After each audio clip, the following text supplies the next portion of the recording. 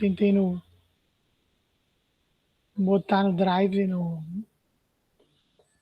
consegui, não. Bom, então, boa tarde. Essa é a nossa primeira semana da nossa contagem regressiva para o Enem, né? Nesse projeto que a gente começa solitário, mas que a gente pretende agregar mais gente no final desse nosso caminho. Tá? A intenção desse projeto foi conversar com o terceiro ano da Escola Técnica Estadual Juscelino Kubitschek, da FATEC, né? E trazer para vocês assim um certo conforto de que não há mistério, não há prova do Enem. A gente sabe que está vindo de um período complicado, né? Está vindo de um período onde a gente teve muita suspensão de aula, né? E a gente, mesmo agora, entra numa aula remota, né? Num projeto, num trabalho remoto, que a gente sabe que não atinge a todos da mesma maneira, né? Eu sei que muitos de vocês assistem as aulas depois gravadas, porque não tem como estar aqui presente nesse momento, né? Mas a gente faz de alguma maneira o melhor possível, tá? Então, vou começar com vocês a apresentação.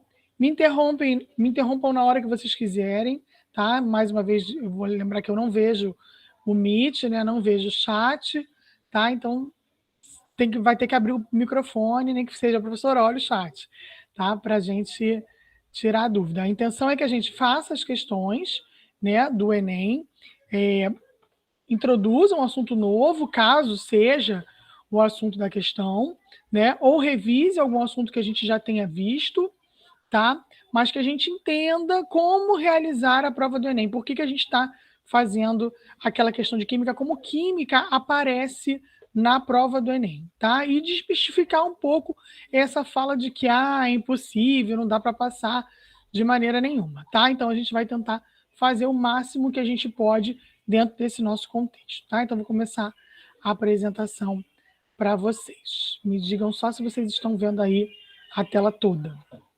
Sim, estamos vendo. Sim. Ótimo. Então, é um projeto de 10 semanas para o Enem. Esse projeto já foi 2 meses para o Enem, 3 meses para o Enem, falta pouco para o Enem, mas aí quando eu contei lá, faltavam 10 semanas, falei, vamos apostar nessas 10 semanas, vamos ver o que a gente consegue em 10 semanas. 10 é um número que a gente costuma utilizar, né? Bastante, então vamos na nossa contagem regressiva.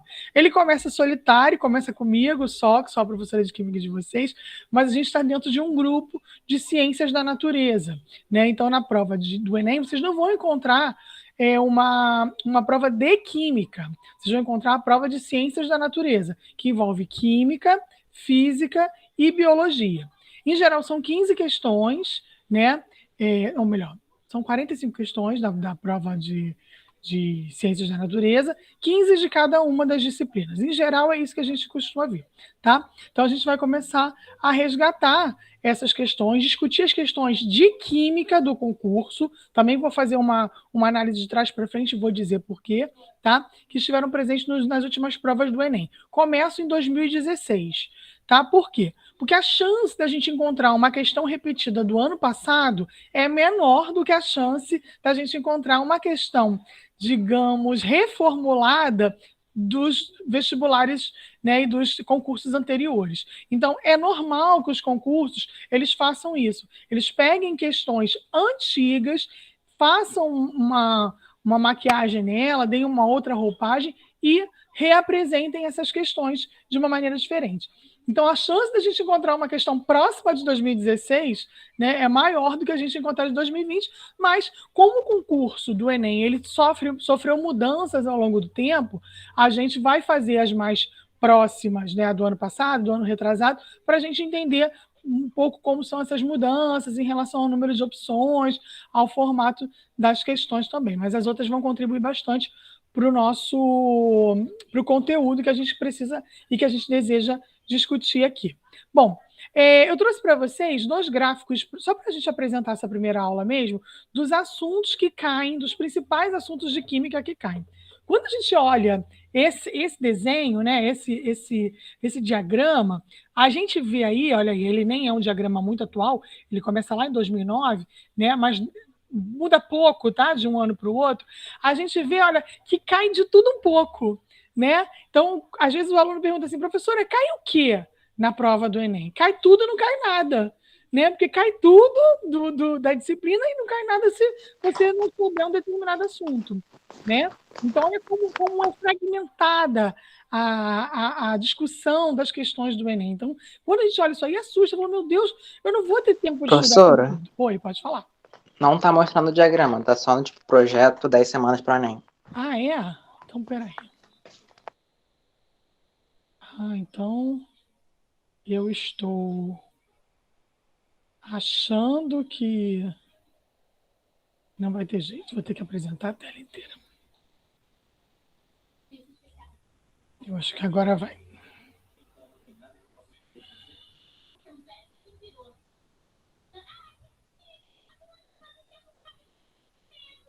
Primeira página, correto? Sim, segunda. Agora a minha, que eu disse que comecei solitária, né? Começo solitária nesse projeto, mas a gente está dentro de um grupo de ciências da natureza. Era esse PowerPoint que eu estava apresentando. O objetivo, que é resolver e discutir as questões de química que estiveram presentes nas provas. Começamos em 2016, mas vamos ver as mais recentes. E esse diagrama, agora vocês estão vendo, né? Sim. Show. Mais uma vez, me desculpem. Então, nesse diagrama, vocês olhem como está fragmentado, né? E você assusta e fala, meu Deus, tudo isso é questão que cai no Enem? Algumas questões elas vão cair juntas, né? Elas estão dentro de um grupo, né? De coisas que nós já estudamos. Então, nós aqui do terceiro ano, vamos dar uma pincelada, a gente já falou de alguns assuntos, ó. Já falamos de introdução à química, já falamos de radioatividade, fizemos um estudo, inclusive, do filme, né, da radioatividade, falamos de estrutura atômica, de reações orgânicas muito pouco quando interrompemos a aula, né, por causa da pandemia, de separação de misturas, era um assunto que vocês já vêm do nono ano com essa discussão. Funções orgânicas terminamos agora, né, ainda temos que falar de aminas para a gente terminar alguns assuntos, mas terminamos agora nesse início. Soluções no início do ano passado, quem tiver acesso àquela sala de aula Lilás, que eu trabalhava ano passado, em 2020, tem a questão de soluções. Meio ambiente, estou sempre dando exemplos de meio ambiente para vocês, né? A parte de eletroquímica não falamos. A parte de reações orgânicas também não. A parte de estequiometria é uma parte que sempre vai dar problema para a gente vai resgatar bastante aqui. Interações termomoleculares falamos, principalmente nas oficinas de química na cozinha, onde a gente conversa e dá alguns conceitos. Então, olha só, de alguma maneira, isomeria também não falamos não, tá? Eu não consigo ler o que está escrito aqui por causa da minha câmera. Tá? Termoquímica também vamos falar na aula de hoje. Hoje eu já sei que tem questões de termoquímica para a gente trabalhar. O que está escrito aqui, gente? Que eu não consigo ler? Peraí. Cinética química. Cinética química também não falamos. Não falamos. Tá? E aqui, o que está escrito aqui? Funções Inorgânicas? Ué, de novo? Reações e aqui funções. Funções também falamos que era ácido, base, tá? Então, vocês percebam que a gente tem problemas, de maneira nenhuma eu quero chegar aqui e dizer, olha, tá tudo maravilha, tá tudo lindo, né? Nós cumprimos todo o conteúdo, essa pandemia não nos afetou, eu jamais faria isso, seria hipocrisia da minha parte. Nós temos problemas de assuntos que nós não vimos, tá? De conteúdos que nós não vimos, mas nós temos também muitos assuntos vistos, né? Então, quer dizer, a gente tem que apostar nas questões que a gente tem chance de conseguir, tem como ganhar. Tá? Então, é importante que vocês tenham essa consciência e encarem isso positivamente. De alguma maneira, assuntos que vocês já viram que vocês podem, com um pouquinho de atenção, resolver lá no Enem. Quando a gente passa para esse diagrama aqui, a coisa fica um pouco melhor, porque ele junta questões que a gente já viu. Então, por exemplo, nós já vimos bastante coisa de química geral. Eu estou sempre falando com vocês de química ambiental. E nós vimos parte de química orgânica. Vou dar um corte aqui em química orgânica, porque nós vimos funções, mas falta isomeria e reações orgânicas. O nosso maior problema é realmente aqui. Química inorgânica também nós vimos. Também vou dar um corte aqui, ó. Tá? Então, peraí. Ó, não sei quantos por cento, mas mais ou menos aqui. Então, essa é a parte que a gente viu. Tá vendo?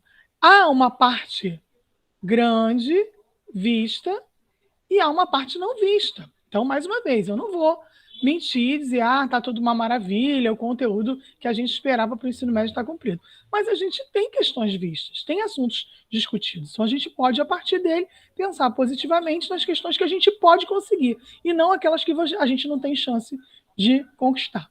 Tá ok? Então, vamos com confiança, com disposição, né? Sem medo, porque a gente não tem o que perder, a gente vai chegar lá para ganhar o que a gente não pode perder mais e conseguir a nossa aprovação que a gente merece e que vocês depois ainda têm um longo caminho pela frente. Então a gente busca isso aqui, né? Que você encontre depois a sua classificação, a sua aprovação, né? Numa universidade pública, gratuita, de qualidade que você merece e tem direito. Vamos lá, então? Vamos junto? Então, beleza. Então, primeira semana, começamos com a prova de 2016. Não é a prova toda de 2016, tá? Algumas questões importantes que eu separei para vocês. Eu vou escrever aqui daquele meu jeito, daquelas letras loucas, para a gente discutir. Começamos com uma questão. Alguém quer falar alguma coisa antes de a gente começar? Não. Não? Vamos embora então? Então, beleza.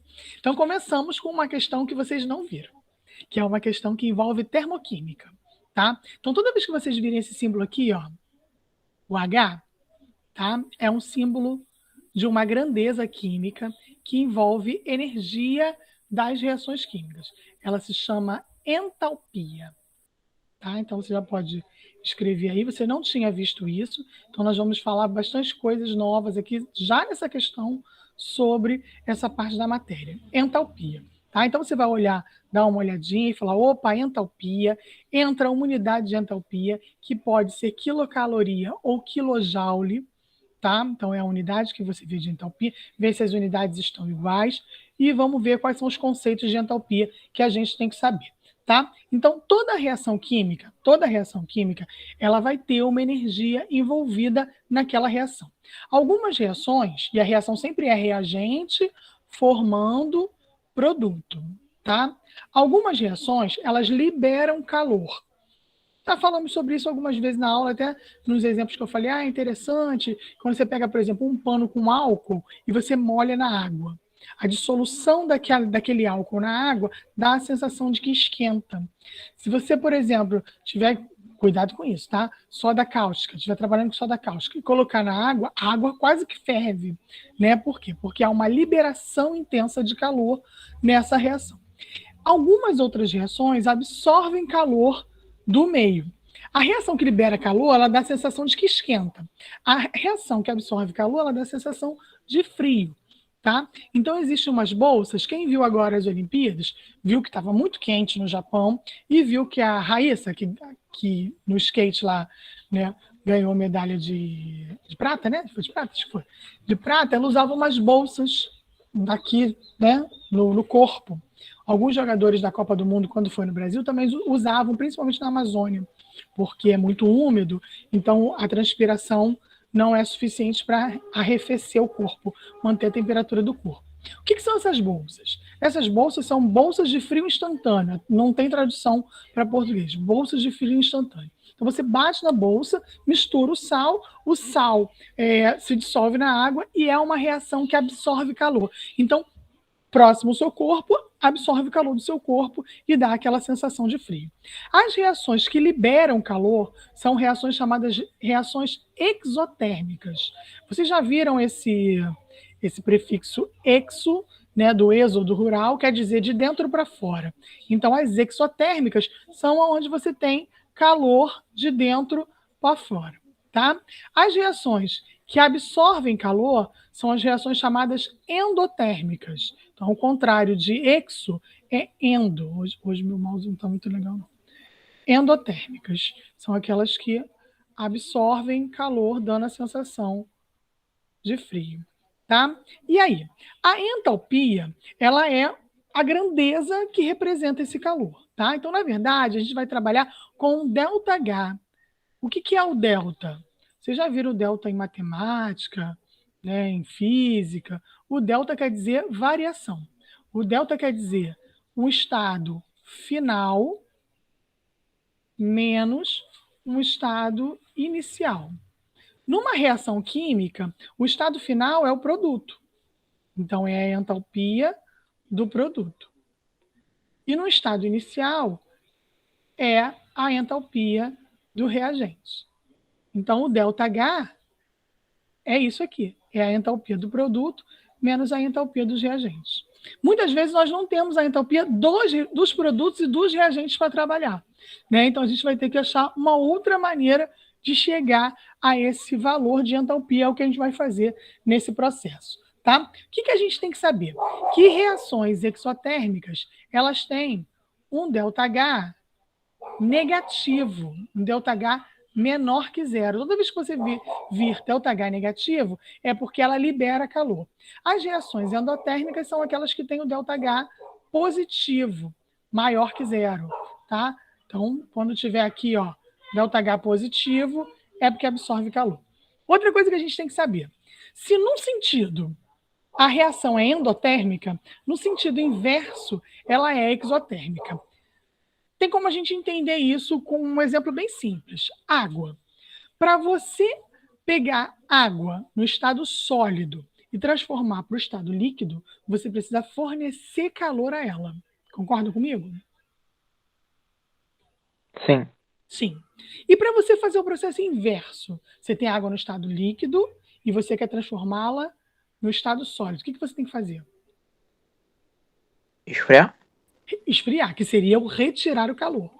Certo? Seria retirar calor. Você não faz isso espontaneamente, você não retira calor espontaneamente. Então você precisa de uma máquina para retirar esse calor, que é o refrigerador, que é a geladeira, que é o refrigerador. Certo? Então, se num sentido a reação precisa receber calor, se você quer fazer a reação inversa desse processo, você precisa retirar calor. A mesma coisa aqui. Essa reação reagente forma produto se chama reação direta. E a reação inversa seria o produto se transforma num reagente. É possível para muitas reações. São as reações reversíveis. A gente, em geral, pensa em reação assim: pegou um pedaço de papel e queimou. Ok, não tem como reverter. É uma reação irreversível. Mas nem toda reação é irreversível, não. Eu não entendi. Porque eu não falei com você, Google Assistente. Está falando comigo, tá? Então, tem reação reversível e tem reação irreversível, tá? Então, as reações reversíveis, elas podem ser consideradas dentro desse processo. Se num sentido ela é exotérmica, no sentido inverso, ela é endotérmica, ok? Tudo isso que eu falei até agora foi informação que vocês não tinham, porque a gente não tinha visto o assunto dessa questão, que é o assunto termoquímica, tá? Então, isso aqui foram conceitos principais desse assunto. Eu vou ter que apagar, porque eu vou precisar escrever muito mais, tá? Mas aí depois no vídeo vocês podem printar e anotar e fazer um resuminho. Pode falar. Então, uma reação irreversível é aquela na qual o reagente vira produto e não pode voltar a gente, certo? Isso aí. Quando a gente tem uma reação reversível, a gente vai ter uma seta dupla. A gente vai estar assim, ó, uma seta no sentido direto e uma seta no sentido inverso. Isso quer dizer que o reagente se transforma em produto e o produto se transforma em reagente. Tá? Existem muitas reações que são assim. As reações irreversíveis, não, elas vão estar assim: reagente se transforma em produto. Só, acabou. Não tem como o produto se transformar em reagente. Porque há perda, porque não tem energia para isso, tá? Existem vários fatores. Ok? Então, essa aqui é a reação direta e essa aqui é a reação inversa. Tá? Se uma é exotérmica, no sentido inverso é endotérmica. Só você lembrar do caso da água aí. Ok? Vou apagar agora, tá, gente? Nossa direta e inversa quer dizer o que mesmo? A direta é reagente forma produto. É que você está normalmente escrevendo e esperando. E a inversa é quando o produto forma reagente. É que você está esperando voltar. Tá bom? Tá bom, entendi. Tá. Então esse seria um panorama geral das coisas que a gente precisaria saber para fazer essa reação. Deixa eu ver se eu acho que eu não vou conseguir, não vou precisar dessa parte aqui para escrever, tá? Então, depois vocês vão printar aí e vão achar esse resultado. Vou fazer aqui. Então, vamos lá, entalpia, e agora eu vou para a questão propriamente dita. Vamos lá. Então, olha aqui. Ele diz assim, vou mudar a caneta aqui. Ele diz aqui, o benzeno, um importante solvente para a indústria química, é obtido industrialmente pela destilação do petróleo. Contudo, também pode ser sintetizado pela trimerização do acetileno, catalisada por ferro metálico sob altas temperaturas, conforme a equação química. Então, geralmente, um exercício de química tem uma equação química geral, global, que você precisa visualizar. Tá? Ele está dizendo assim, a energia envolvida nesse processo pode ser calculada indiretamente. Por quê? Porque ele não tem a entalpia nem do reagente, nem do produto na informação do problema. Se ele tivesse a entalpia do acetileno e a entalpia do benzeno, era só ele fazer ΔH vai ser igual à entalpia do produto, que é a entalpia do benzeno, que é esse aqui, ó, produto, menos 3 vezes a entalpia do reagente. 3 porque eu tenho 3 mols ali. Tá vendo? Se ele tivesse. Só que ele não tem essa informação. Como ele não tem essa informação, ele tem que calcular indiretamente. O que é indiretamente? Ele utiliza etapas de outras reações conhecidas com as entalpias calculadas para chegar à sua etapa global. Então, aqui ele tem duas etapas, duas condições, ó, duas etapas do seu processo, e ele quer organizar essas etapas para chegar a essa etapa principal aqui, que é a reação que ele quer fazer. Então, vamos ver como é que ele faz. Primeiro, nessa primeira etapa, a gente visualiza aqui o reagente, que é o acetileno, tá? Só que ele não tem o acetileno na quantidade que ele precisa. Ele precisaria de 3 mols e aqui ele só tem 1. O que ele pode fazer? Ele pode pegar toda essa equação e multiplicar por 3. Quando ele faz isso, ele tem que multiplicar também a entalpia. Então, é mais ou menos o que a gente faz quando a gente vai andar de carro. Se eu vou andar 50 quilômetros e eu sei que com 1/4 do meu tanque de combustível eu consigo cumprir esses 50 quilômetros, se a minha viagem aumenta, ele passa para 100 quilômetros, né, além do meu destino, eu sei que eu vou ter que ter pelo menos mais 1/4. Né? Não adianta eu querer com 1/4 andar 200 quilômetros, não adianta. Se eu quiser andar, eu vou ter que andar proporcionalmente. A mesma coisa aqui. Então, a energia que você precisa daquele processo de combustão, ela vai aumentando proporcionalmente à quantidade de combustível que você tem, tá? Então, aqui ele precisa ter 3 mols de acetileno. E é isso que ele vai fazer. Ele vai reescrever isso aqui, ó, dessa maneira. Ele vai botar 3 do acetileno, tá? Vai multiplicar aqui por 3 também, ó. 3 vezes 5 vai dar 15. 15 sobre 2. Você pode deixar assim a princípio. Do O2. Tem que multiplicar toda a equação. 3 vezes 2, 6 do CO2. E 3 vezes o 1 do H2O, 3 do H2O. E aí, quando ele multiplicar o delta por 3, o ΔH, ele vai ter 3 vezes menos 310. Ele vai ter menos 930 quilojoules por mol. Tudo bem? É o que ele precisa. Na segunda equação, ele encontra o C6H6. Olha aqui, ó, C6H6. Só que tem um problema. Na equação de referência, o C6H6 está como um produto. E aqui, nessa equação que ele tem, nessa etapa, ele está como um reagente. Então, o que ele tem que fazer? Ele tem que inverter essa reação. Ele pega essa reação, ó, e o que é reagente vira produto, e o que é produto vira reagente. Quando a gente inverte a equação, o que eu falei anteriormente? O que acontece com o ΔH? Fica negativo? Isso. O que era positivo fica negativo. Aqui, como a reação vista é negativa, quando eu inverter esse ΔH vai ficar o quê? Positiva? Positivo. Vai ficar positivo. Então ele inverteu. Ó. Olha como é que ele vai inverter. 6 CO2, tá vendo? O que era produto. mais 3H2O.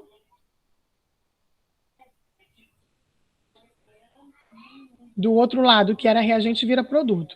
O C6H6, que é o benzeno, mais 15 sobre 2 do O2. E o ΔH, que era menos 780, passa para mais 780. Vamos pensar como se fosse uma equação matemática. A gente vai fazer assim, a gente vai somar esses dois lados, sempre com essa referência aqui, ó. Isso aqui eu encontro na minha equação principal e isso aqui também. Então, na minha soma, isso aqui tem que ser mantido, porque eu preciso reproduzir a equação principal. Se eu tivesse aqui de um lado 15 sobre 2x e do outro lado 15 sobre 2x, pensando lá num problema de matemática, o que eu poderia fazer? Saiu 2 multiplicando. Pois é, se eu tiver o mesmo termo de um lado e de outro da minha equação, vamos imaginar que isso aqui fosse um igual. Pode cortar. Eu poderia cortar, muito bem, poderia cortar. Porque quando eu passo ele para cá, ele passa como menos 15 sobre 2O2. Então eu posso cortar. Então tudo que for igual de um lado e de outro, eu posso cortar. Então olha aqui, ó. 15 sobre 2O2 com 15 sobre 2O2. 6CO2 com 6CO2. 3H2O e 3H2O. Tá vendo? Eu fico no final apenas com a minha equação global, que é aquela minha equação de referência lá de cima do problema que eu tinha, que eu desejo. Então, se a soma dessas etapas me dá a equação global, a soma das variações de entalpia também é a variação de entalpia da etapa global. Então, eu preciso fazer menos 930 com mais 780. Ok? Quais são as duas respostas que você não vai marcar de jeito nenhum dessas nossas possibilidades aqui? Isso é uma outra habilidade que vocês vão ter que desenvolver para fazer questão do Enem. Então, quer dizer, vai chegar a questão que você não vai saber fazer. Então, você vai chutar. Aí você fala, professora, que coisa feia, falando que o aluno vai chutar. Pois é uma realidade, vai chutar. Tem hora que você vai chutar. Só que até para chutar, a gente tem que partir de uma certa lógica. Então, vamos lá. Você tem menos 930 somado com mais 780. Dessas minhas opções aqui, qual que você não vai marcar? A D e a E. Exatamente. A D e a E. Por quê? Porque ficaram positivas, sendo que o resultado está negativo. Beleza, porque está positivo e você está vendo que o maior termo aqui é negativo. Então tem que dar negativo. Qual é a outra que você não vai marcar, gente? Que não dá para marcar. 50? Eu não marcaria A. Pois é, olha, eu tenho menos 930 com mais 780, certo? E está dando um valor acima de 930? Como isso? Como a diferença entre os dois está dando um valor maior? Não tem como, certo? Então, mesmo que você esteja a ponto de chutar, há uma lógica dentro desse seu chute, né? Tem que ter. Então, na verdade, o 50 também não, porque não há uma diferença entre eles aqui. A resposta é 150, é só você fazer o cálculo, tá? Mas, por mais que esse cálculo seja simples, né, e que você consiga fazer com uma certa tranquilidade, eu queria chamar a atenção de vocês para isso, para questões lógicas, o que é lógico, né? O que a gente tem questões, tem opções para a gente que são absurdas. Então, essa a gente não vai marcar de jeito nenhum. Tudo bem? E aí? Tudo. Mais fácil, mais difícil? O que vocês acharam? Professora, teve uma parte que a senhora multiplicou uma equação por 3, certo? A primeira eu multipliquei por 3. E a segunda eu inverti. Entendeu? Essa questão vai aparecer em vários outros concursos, vocês vão ver. É a primeira vez que está vindo, é um assunto novo, foi o que eu falei, a gente já começa com um assunto novo, mas vai aparecer em outros concursos de termoquímica também. Tá bom? Vamos passar para a próxima? Sim. Vamos lá. Então, as próximas são um pouco mais fáceis. Então, olha aqui, ó. Uma pessoa é responsável pela manutenção de uma sauna úmida E todos os dias cumpre o mesmo ritual. Colhe folhas de capim-cidreira e algumas folhas de eucalipto. Em seguida, coloca as folhas na saída do vapor da sauna, aromatizando-a, conforme representado na figura. Então, aqui, ó, gerador de vapor, né? Então, você tem aqui várias moléculas de água. Essas moléculas desse vapor de água passam pelo meu sistema, encontram as folhas, e aí, junto com esse vapor, vem aqui alguma substância, que eu não sei a estrutura, que é uma substância volátil, né? E que vai ficar no ambiente. Então, na sauna, você vai ter, além do vapor de água, né? Uma sauna úmida, além do vapor de água, junto com esse vapor de água, substâncias, que eu vou representar aqui em azul, são substâncias voláteis. Todo mundo sabe o que é volátil? Sim, que varia. Que evapora. Tá? Volátil que evapora. Substâncias voláteis e que dão essa questão do odor ali naquela sauna. Então ele pergunta qual o processo de separação, né, responsável pela aromatização promovida. Então essa é uma questão que envolve separação de misturas, tá? Um assunto que eu já disse que vocês geralmente vêm do nono ano com ele já visto. Você acha que esse processo é o quê? É uma filtração?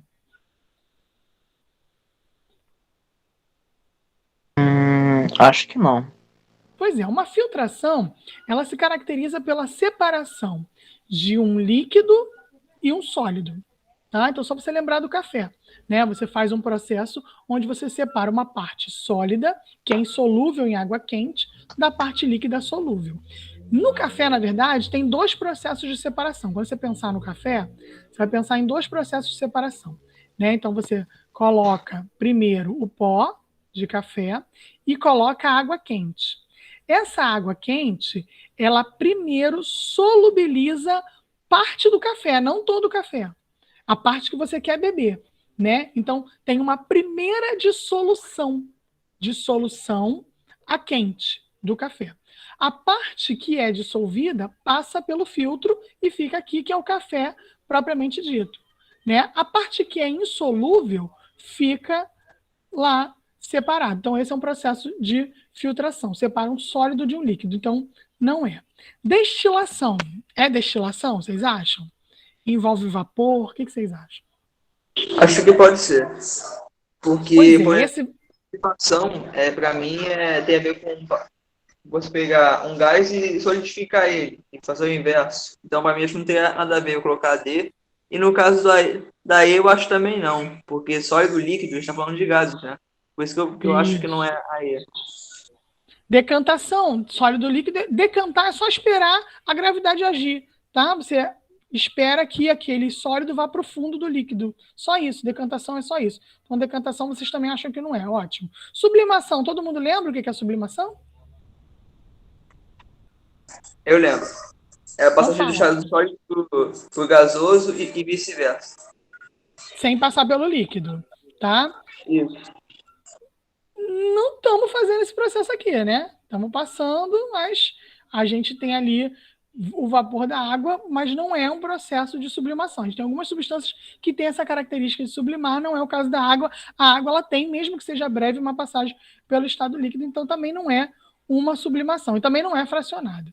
Tá? Então a gente tem uma outra aqui que não aparece muito, é a extração por arraste. Extração por arraste.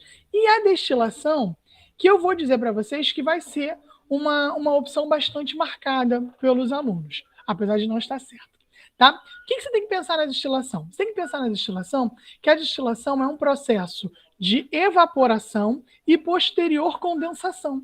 Então, quando você pensa numa destilação, você tem que pensar num recipiente ou numa substância que vai ser aquecida, que vai vaporizar, mas que depois vai passar por um condensador e vai novamente ser líquida. Não é isso que está acontecendo aqui. Você tem a água no estado gasoso, que é o vapor, e você continua com essa água no estado vapor. Né? Você não tem uma condensação, pelo menos não é o seu objetivo. Pode ser que na parede lá da sauna a água bata, encontre uma superfície mais fria e condense. Ok, aí é uma destilação, mas não é o objetivo principal da sua ação aqui. Seu objetivo é passar esse vapor ter contato com substâncias aromatizantes das folhas e essas substâncias serem arrastadas junto com o vapor. Por isso que esse processo é um processo de extração por arraste a vapor, que é uma extração que não aparece muito, mas que é muito utilizada. Quer saber como também? Quando a gente faz perfume. Geralmente perfume, quando a gente quer extrair a essência de uma pétala, a gente faz isso. A gente coloca num condensador, pega a planta, as pétalas, né, o que for aromatizante, coloca no meio do condensador. E aí você coloca um recipiente abaixo com o que você quer arrastar. Algumas substâncias, como aqui nessa sauna úmida, são arrastadas pelo vapor de água, porque tem interação com a água. Mas outras substâncias não têm interação com a água. Então, a gente tem que colocar aqui um solvente orgânico. Álcool, éter, acetona. Lembra que na semana passada a gente estava falando da cocaína? E falando que o solvente da cocaína era o quê?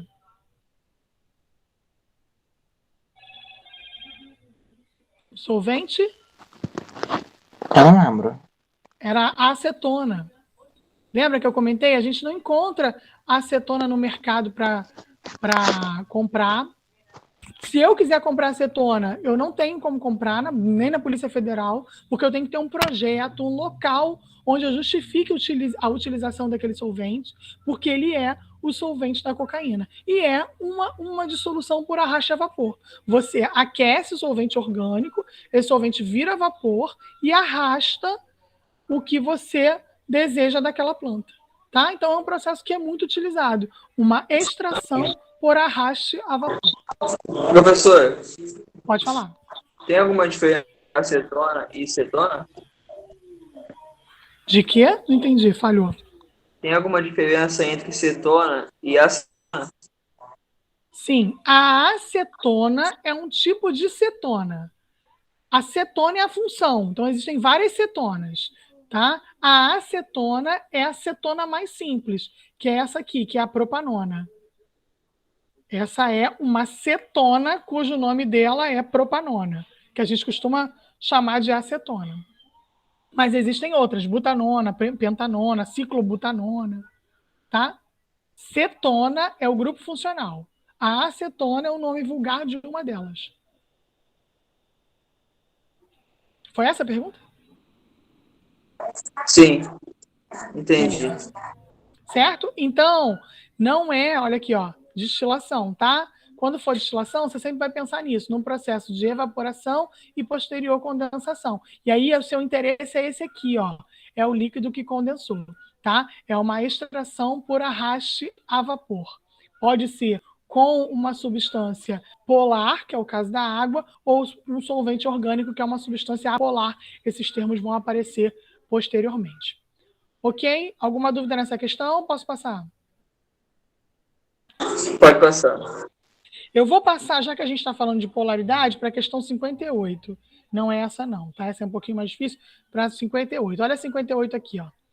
Vai falar do mesmo assunto desse aqui, que é o processo de separação de mistura, mas tem a ver agora com uma polaridade. A polaridade apareceu no nosso Química na Cozinha, quando a gente falou do ovo, né? A gente falou da interação, o que o ovo ali fazia, né, na maionese. O que ele faz? Ele liga uma substância polar, que é, né, o próprio ovo, a clara do ovo, que é 90% água, com uma substância apolar, que é o óleo. Então, existe uma máxima que vocês sempre souberam, mesmo antes de serem meus alunos, que é água e óleo não se misturam. Vocês sabem que não se misturam, né? Então, o ovo consegue fazer isso. No bolo, na maionese, tem uma proteína que tem as duas características. Uma característica... Isso, uma característica, mas todas as outras proteínas têm também, tá?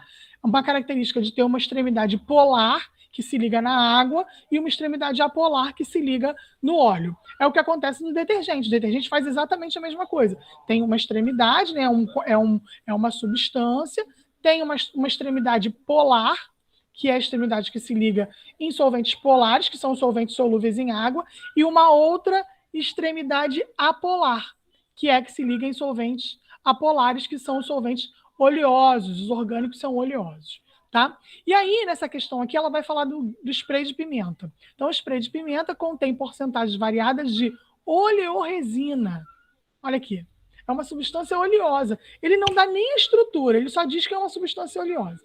É um princípio ativo, tá? Que é a capsaicina, que é um solvente, e um solvente, como um álcool ou etanol. O álcool tem essa característica também. O álcool, que ele chama de álcool, que é o comum, né, o etanol, ele é CH3, CH2. Essa parte aqui, ó, do OH do álcool, é a parte que faz essa função aqui, ó, de se ligar à água, à substância polar. E essa daqui, geralmente é essa parte que tem um grupo de carbonos, é a parte que se liga nas substâncias apolares. Então, por exemplo, por isso que a gente usa álcool para limpeza, porque a gente consegue tirar a gordura da sujeira com álcool, tá? Por isso que a gente usa álcool para inativar o coronavírus, porque tem qualquer outro vírus, porque tem uma capa de gordura e essa capa de gordura interage com essa parte do álcool aqui, certo? E aí você consegue destruir aquela capa de gordura e fazer a inativação desse vírus, certo? Então o álcool é utilizado para gordura, ele é dentro de um certo limite, tem mais ou menos interações, mas existe uma interação entre uma parte apolar e uma parte polar. Então o álcool é o solvente. O que acontece? Quando você é atacado, tá lá, uma manifestação, e é atacado com o spray de pimenta, o spray de pimenta ele vai reagir por causa dessa pequena quantidade de álcool com as substâncias que são hidratadas do seu corpo. Então, o seu corpo está cheio de água, lágrimas na sua pele, e ele vai reagir. A intenção é essa mesma, tá? A intenção do spray de pimenta, por exemplo, quando a gente usa spray de pimenta na bolsa para...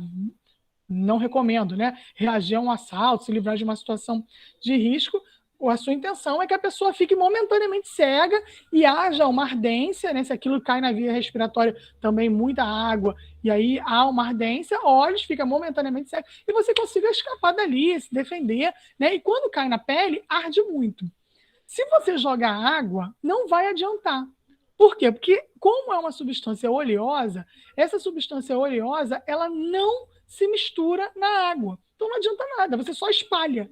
E aumenta a sensação de ardor, porque você vai ter mais interação ainda com a sua pele. Então, se tiver que lavar o corpo, tem que lavar com detergente, ou água e sabão, para tirar aquilo da sua pele e cessar essa sensação de queimação.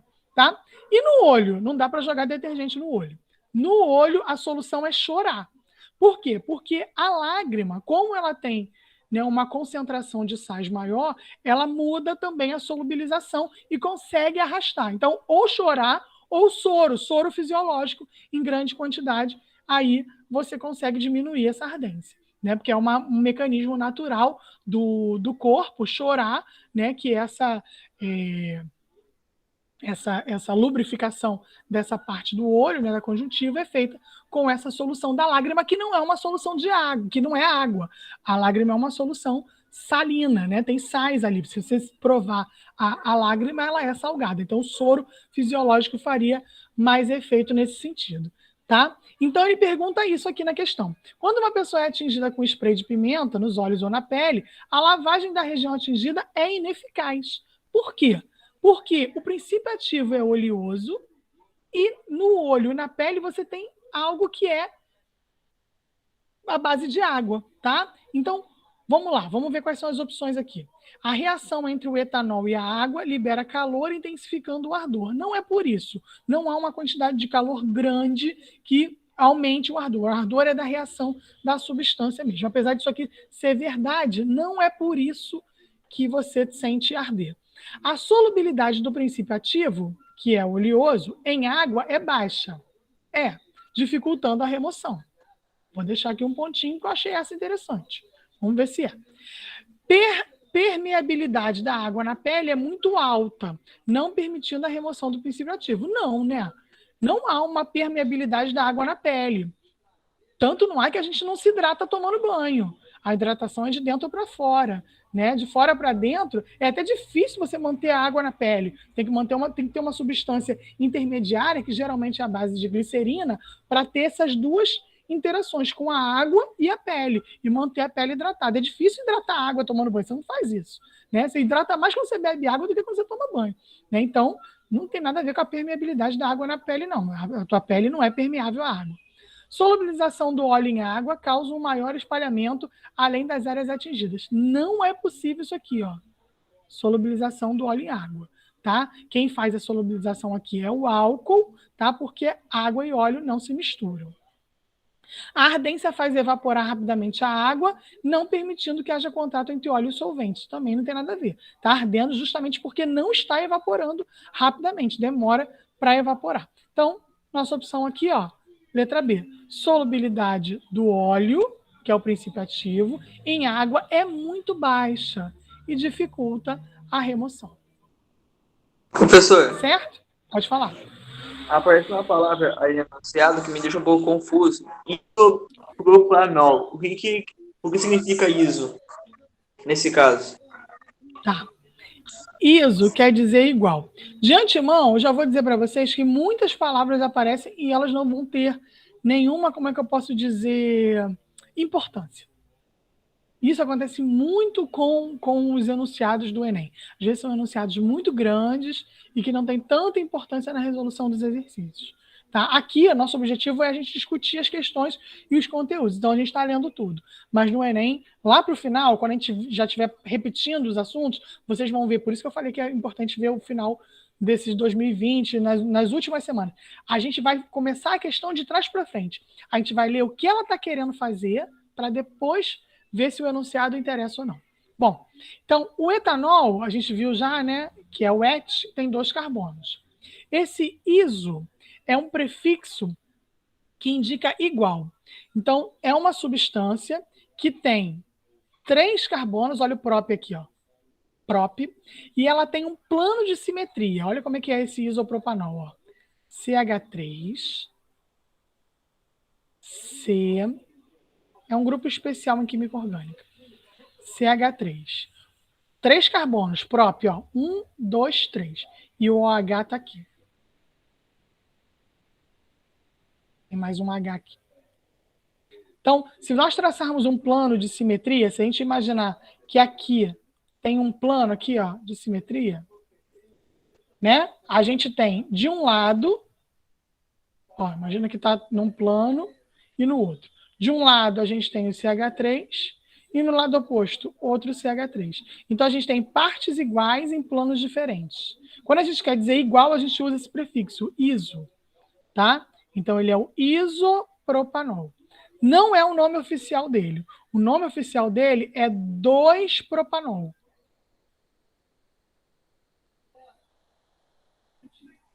Porque se a gente olha essa molécula de uma outra maneira, hoje não está muito legal aqui. Porque se a gente olha essa molécula de uma outra maneira, a gente olha essa molécula assim, ó. CH3, CH, o OH aqui, ó. E o CH3. Tá? Então, como é de um vestibular mais antigo, né, de um Enem mais antigo, ele utilizou uma nomenclatura não usual, não oficial desse composto, tá? Então, o 2-propanol é, na verdade, o isopropanol. Ok? Alguma outra dúvida? Não. Não? Então, vamos ver se a gente consegue fazer mais uma? Vamos ver. Vamos passar lá para 62. Ah, essa aqui também é bem tranquila. Vale a pena. Rapidinho, olha aqui.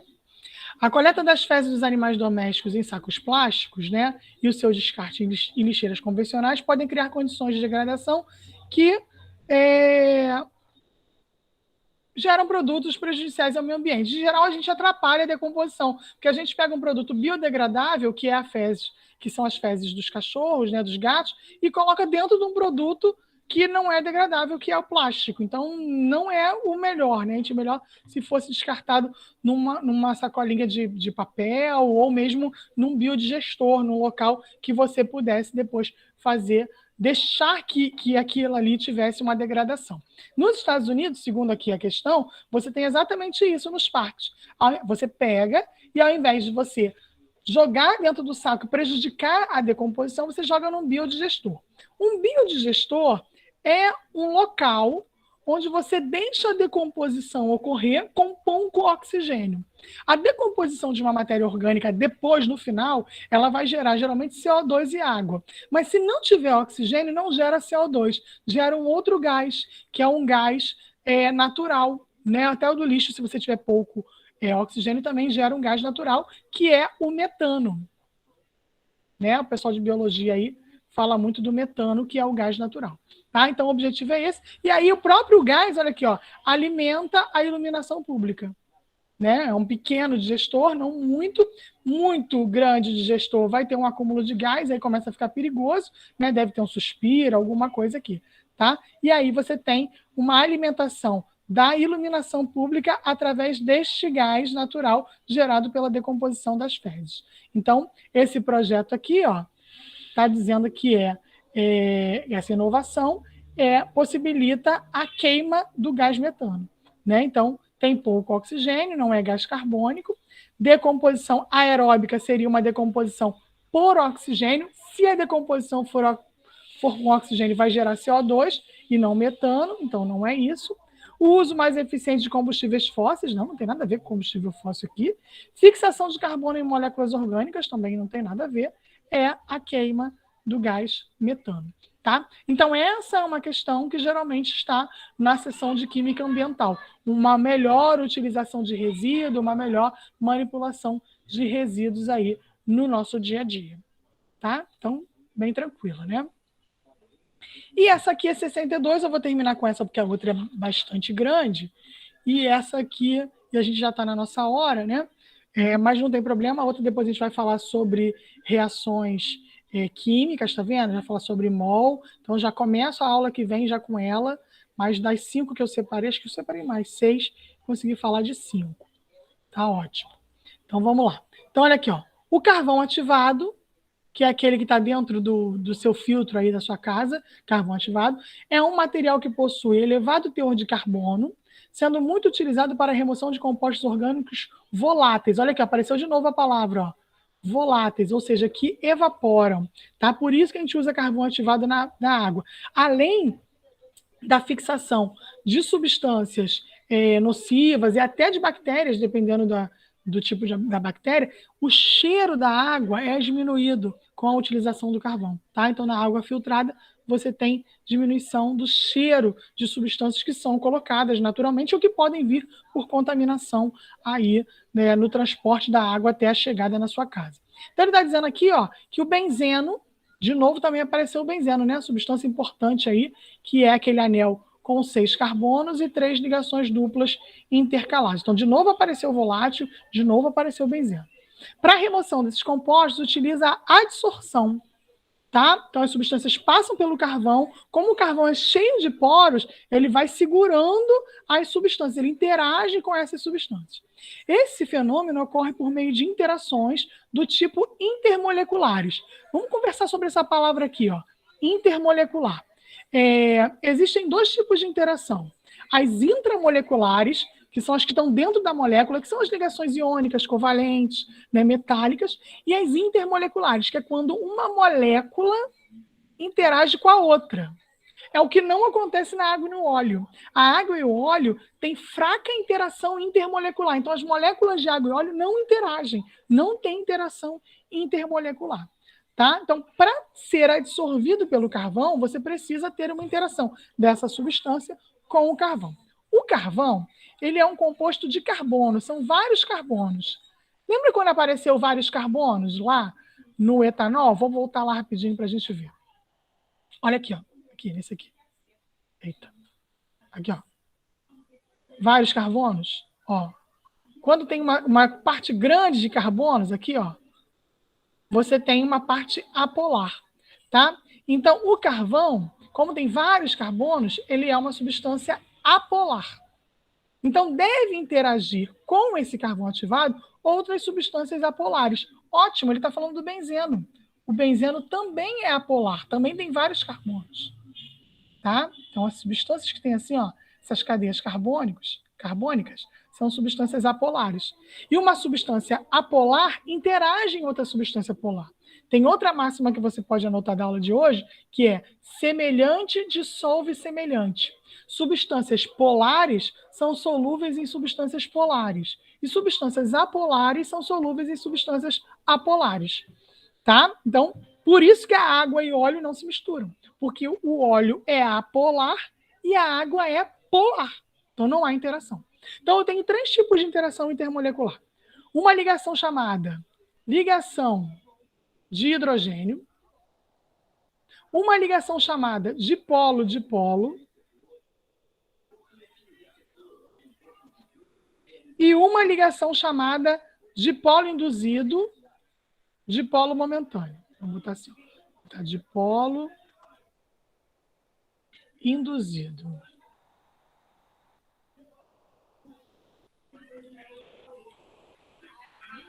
Esse também é um assunto que vai aparecer mais de uma vez, tá?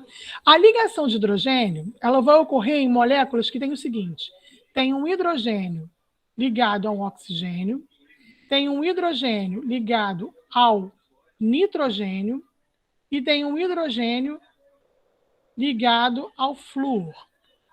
O pessoal que gosta de macete costuma guardar isso aqui, ó. FON. Hidrogênio ligado ao flúor, hidrogênio ligado ao oxigênio, hidrogênio ligado ao nitrogênio. É o caso da água. A água tem HO. Então, quando ela se liga lá no etanol, ó, ela se liga aqui nesse HO com HO. Faz uma ligação de hidrogênio muito forte. Por isso que o álcool se dissolve na água, o álcool se dissolve no sangue com muita facilidade. Tá? Quando a ligação, a molécula ela é polar, mas não tem essa característica, é uma molécula polar comum, é um dipolo e dipolo. E quando as moléculas são apolares, apolar com outro apolar, é a chamada dipolo induzido. Tá? A dipolo induzido tem outros 2 nomes, que é forças de London ou ligação de Van der Waals. Então vai aparecer aí em algumas situações. Então, olha o que a gente tem nessa questão para a gente terminar. A gente tem o carvão, que é uma molécula apolar, ligada a um benzeno, que é outra molécula apolar. Então, é uma molécula apolar com outra apolar. Então, é uma ligação de sulfeto? Não, nem tem enxofre.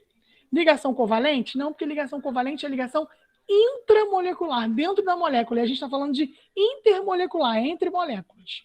Tá? Ligação de hidrogênio? Não é. Ó. Ligação de hidrogênio tem que ter flúor com hidrogênio, oxigênio com hidrogênio e nitrogênio com oxigênio. Então, com hidrogênio. Então, nada a ver. Então, não tem essa situação aqui. Tá? Temos interação do dipolo induzido, dipolo permanente, dipolo permanente. Dipolo permanente é essa aqui, 2 polares. Dipolo permanente é polar com outra polar numa situação que não é ligação de hidrogênio. Então, a gente tem aqui como opção letra D, dipolo induzido com dipolo induzido, que aí é uma apolar com outra apolar. Ok? Então, ó, terminamos aqui a aula de hoje. Ficamos só com essa questão aqui, que é uma questão que envolve mol, envolve Le Chatelier. Eu vou falar com vocês depois, tá? Para a gente concluir essa primeira semana. Na segunda semana, ainda vamos falar de questões de 2016. E aí vamos ver quais são os assuntos que se repetem ou quais são os assuntos que são novidades para vocês. Deixa eu encerrar aqui. Vou descartar, porque eu vou já ficar embolado. Interromper a gravação para deixar para vocês aqui.